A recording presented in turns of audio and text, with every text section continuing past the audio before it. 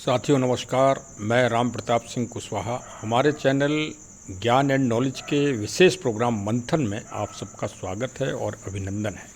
और आज की जो परिचर्चा है वो बहुत ही महत्वपूर्ण है। भाई, लोकसभा चुनाव अपने 2 पायदान पूरा कर चुका है, 5 पायदान शेष हैं।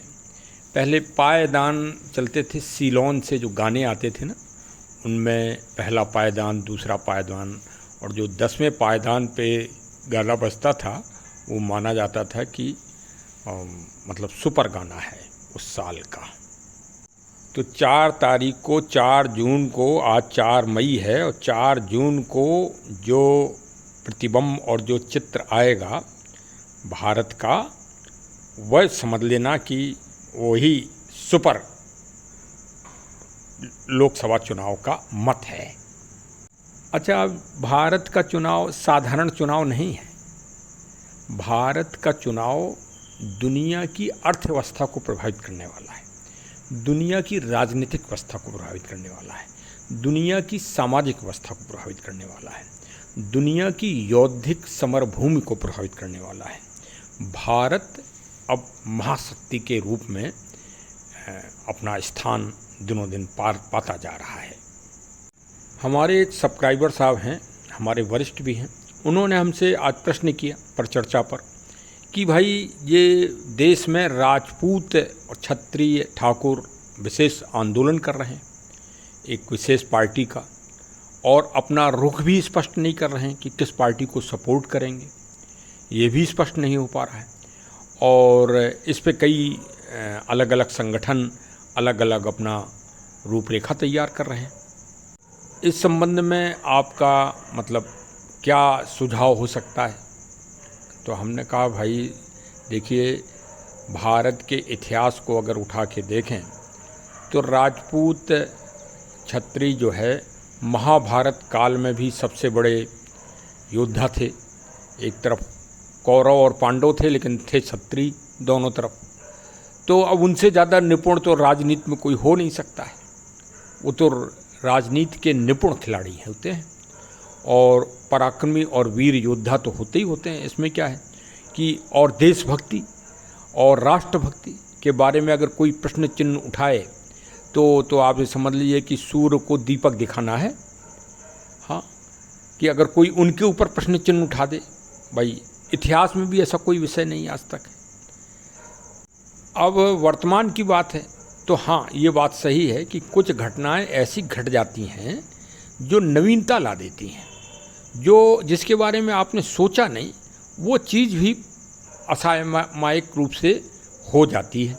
जैसे अब एक सांसद महोदय हैं रूपाला जी, उन्होंने ऐसी टिप्पणी व्यक्त कर दी कि जितने भी क्षत्रिय संगठन थे वो सब एक हो गए उस घटना के ऊपर, और होना भी चाहिए, क्योंकि भाई महिला सम्मान तो सर्वोपरि क्षत्रियों का होता ही होता है।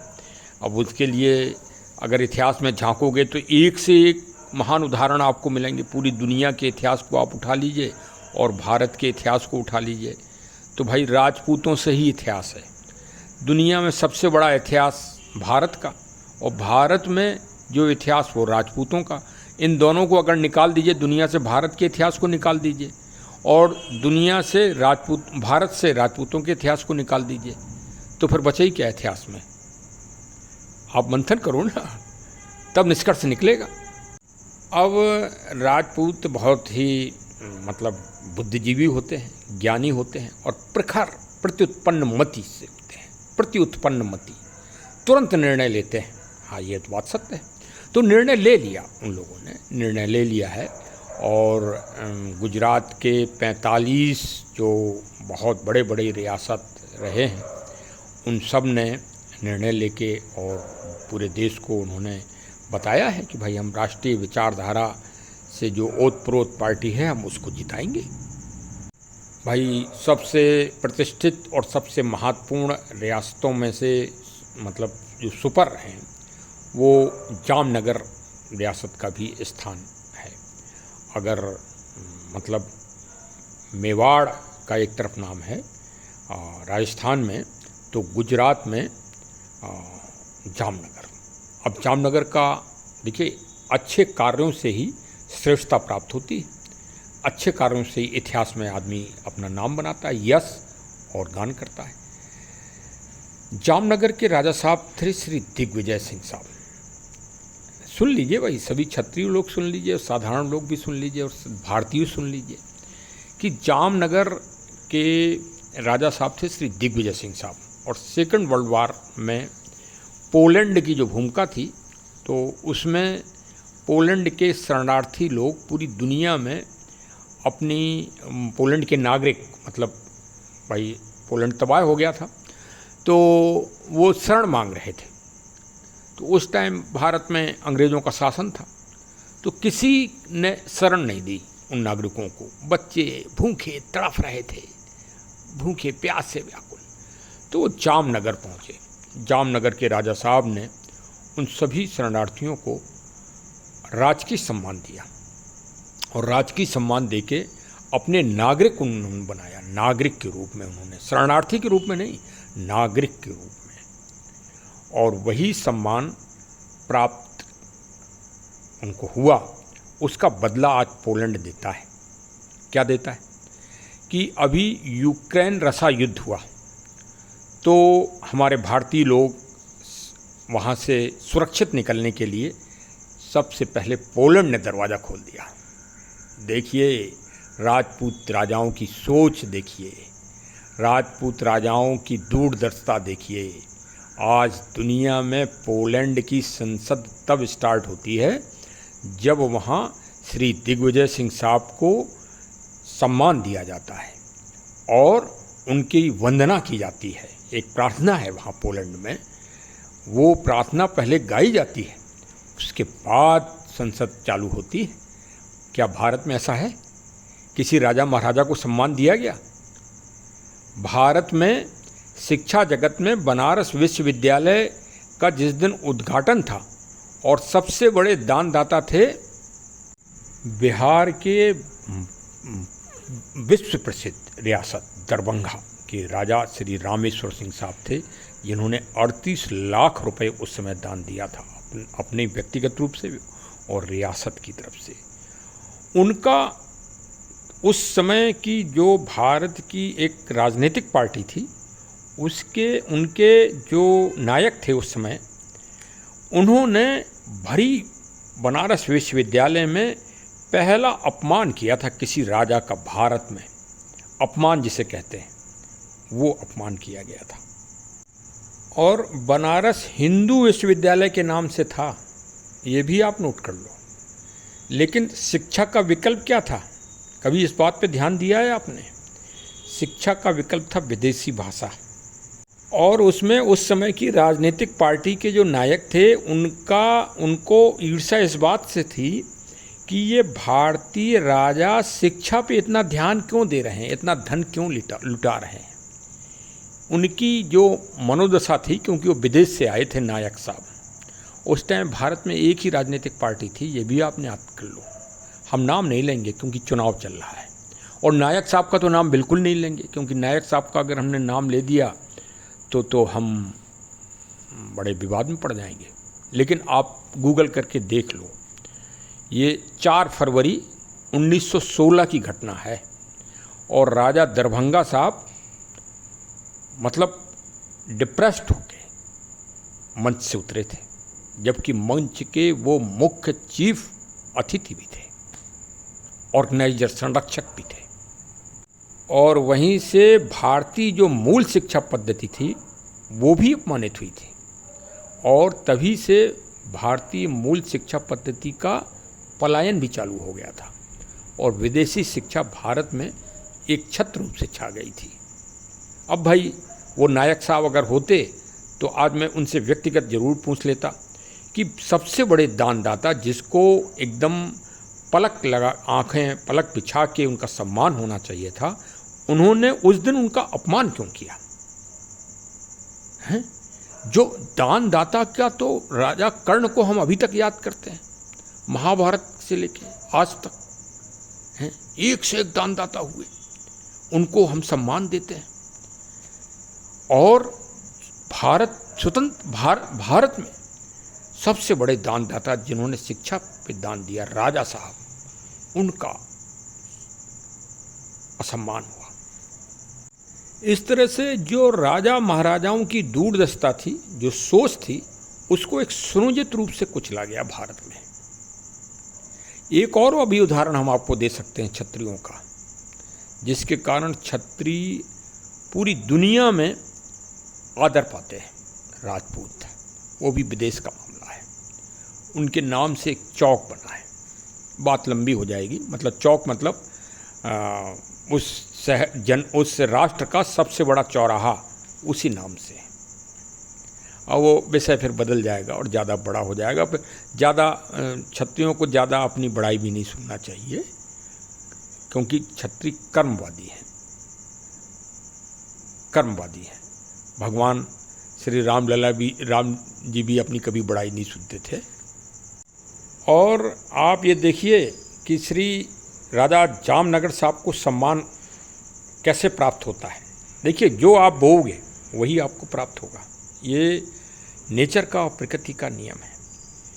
अभी भारत के प्रधानमंत्री, भाई प्रधानमंत्री तो आज भी वही हैं, श्री नरेंद्र दामोदर दास मोदी साहब, गुजरात के रहने वाले हैं।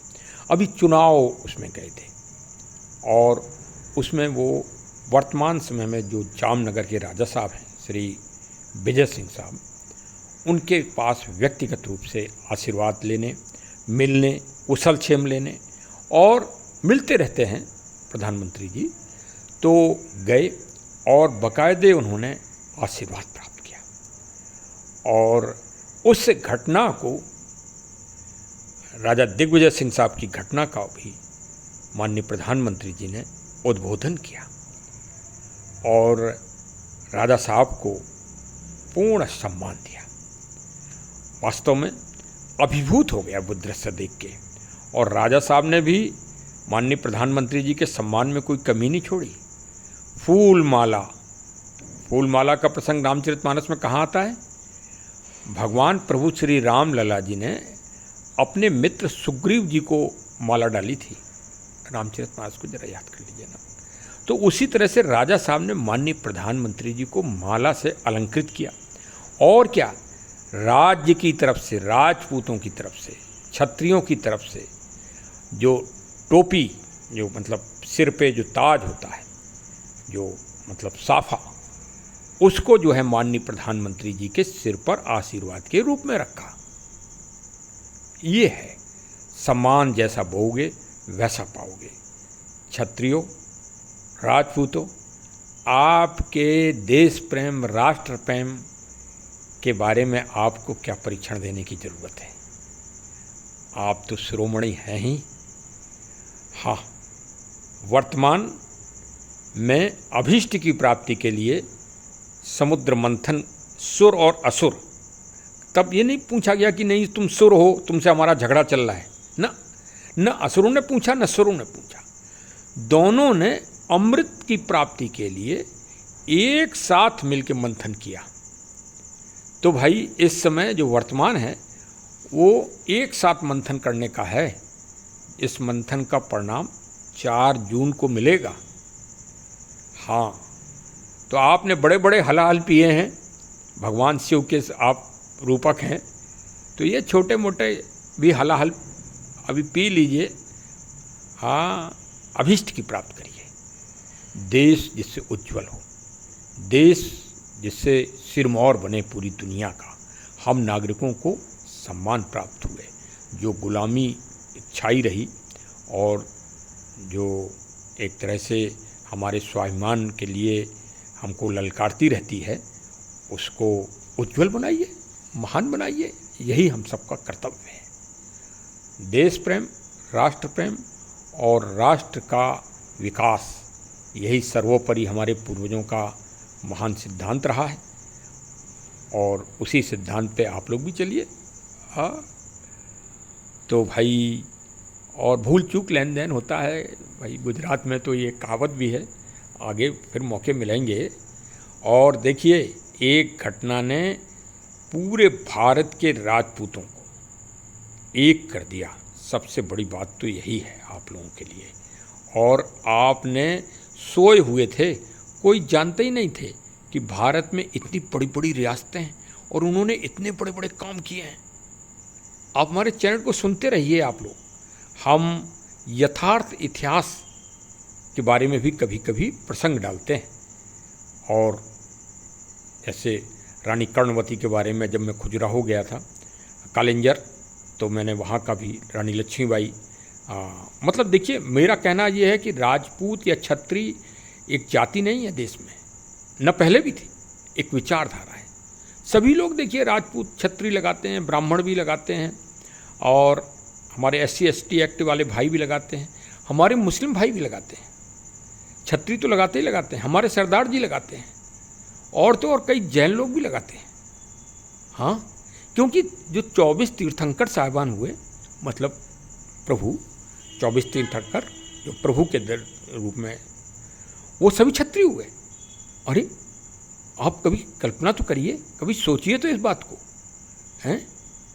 और भगवान राम भगवान कृष्ण के बारे में भाई चर्चा बहुत होती है, बड़े बड़े विद्वान लोग करते हैं। अब महात्मा बुद्ध जी के बारे में कम लोग जान पाते हैं। हाँ, और भी एक से एक महान लोग हुए।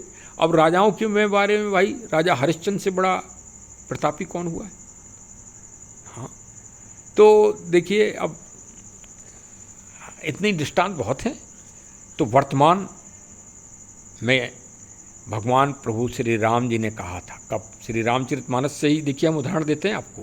हाँ, एक हमारे चैनल में आपको ये भी विशेषता मिलेगी। रामचरितमानस में भगवान प्रभु श्री राम जी ने लक्ष्मण जी को ये संदेश दिया था कि लक्ष्मण, परिस्थिति, बल, बुद्धि और विवेक और समय, निर्णय लेते समय इन 5 चीज़ों का ध्यान रखना चाहिए। तो भाई आप भी ध्यान रखो, परिस्थिति का ध्यान रखो, क्या 5 चरण बचे हैं। अपने बल का याद रखो, अपने समय का या बाल रखो, समय का ध्यान रखो, अपनी बुद्धि का, अपने पराक्रम का ध्यान रखो और निर्णय ले लो। गीता भी कहती है